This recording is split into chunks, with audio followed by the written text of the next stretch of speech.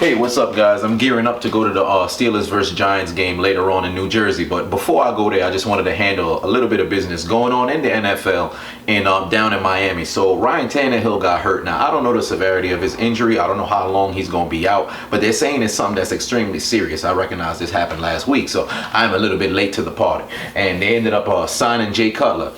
And there was a little bit of, backlash. Oh, they signed Jay Cutler over Colin Kaepernick. I'm not going to get into that. Only thing I'll say about that small brief, Colin Kaepernick wore the Cuban shirt with a castor on it. Huge Cuban population out there in Miami.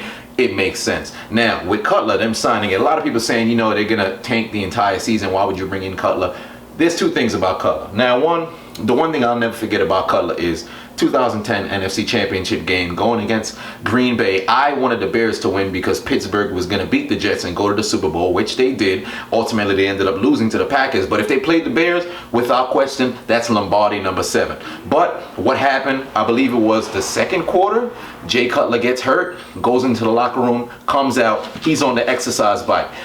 The way I view football is, if you're able to move, you're able to go on the exercise bike, you can get on the field and play. And might I add, 3 years prior in the AFC Championship, Phillip Rivers had a torn ACL.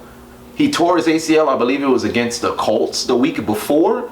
And then now he's playing the AFC Championship game against the undefeated Tom Brady. And they may have lost, but he was laying it all on the line with a torn ACL. Jay Cutler had a minor injury. I don't think there was anything that required surgery. I'm not too sure. I can't remember. But all I remember was this man was able to run back and forth. He was able to do a couple of movements. It wasn't anything dealing with his shoulder. He should have been out there throwing the damn ball. Because ultimately, that Bears team, I believe they should have been in the Super Bowl. They would have lost to the Steelers, though, but that's all in the history. We can't really talk about that. But with Jay Cutler, he's one of the most talented QBs I've ever seen in my life. This man has the mechanics to really be a very elite quarterback, but he lacks that will. He lacks that passion. He lacks that desire to want to win.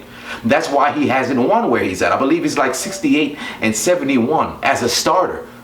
This man's best season wasn't that great. He went to the Pro Bowl a couple of times with Denver. I think he went one time with Chicago. I can't really remember if he ever went with Chicago. But he can't win because he doesn't have that desire. However, I think being down in Miami, being on this team, the amount of talent that they have on this team, you have a Jarvis Landry at receiver who's way more versatile than Alshon Jeffrey was outside. You have a running back in the backfield. He's not now, Jay Ajayi, I'm not drinking the Kool-Aid. I'm not going to come over here and say, because of what he did those 2 games of running for 200 yards, or I should say 3 games of running for 200 plus yards last year makes him elite. No. Is he better than Matt Forte? The Matt Forte that Jay Cutler had in Chicago? Not at all. But you still do have this back who you can give the ball to and can get you 5-6 yards. You have an offensive line that can really block for you. You have a Mike Pouncey who's a perennial Pro Bowler.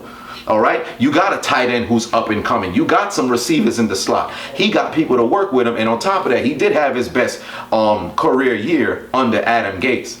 So I do think Jay Cutler will come in and they'll do something. Personally, I don't think they're going to go back to the playoffs, but I think they will raise some eyebrows the first 5 weeks of the season. All right, I'm rooting for Jay Cutler. I am, most importantly, because it's the AFC East and I need somebody in the division to at least give Tom Brady a loss in the division. So I'm hoping Jay Cutler does do good, but let me know what you guys think. Do you think Jay Cutler's going to come out and stink up the joint, or do you think he's actually going to produce at one point? I think the first 8 weeks of the season, Jay Cutler's going to go out there and look like he wants to really win and play pro football and put a case for his 2018 season campaign to see if a team wants to pick him up. I think he's going to have that great of a season the first 8 weeks. Now, the last 8 weeks, I can't tell you how that's going to play out. But I think the first 8 weeks, Jay Cutler's going to play, somewhat well. All right? But let me know what you guys think about this situation, the Jay Cutler being signed in Miami. And, let me know in the comment section.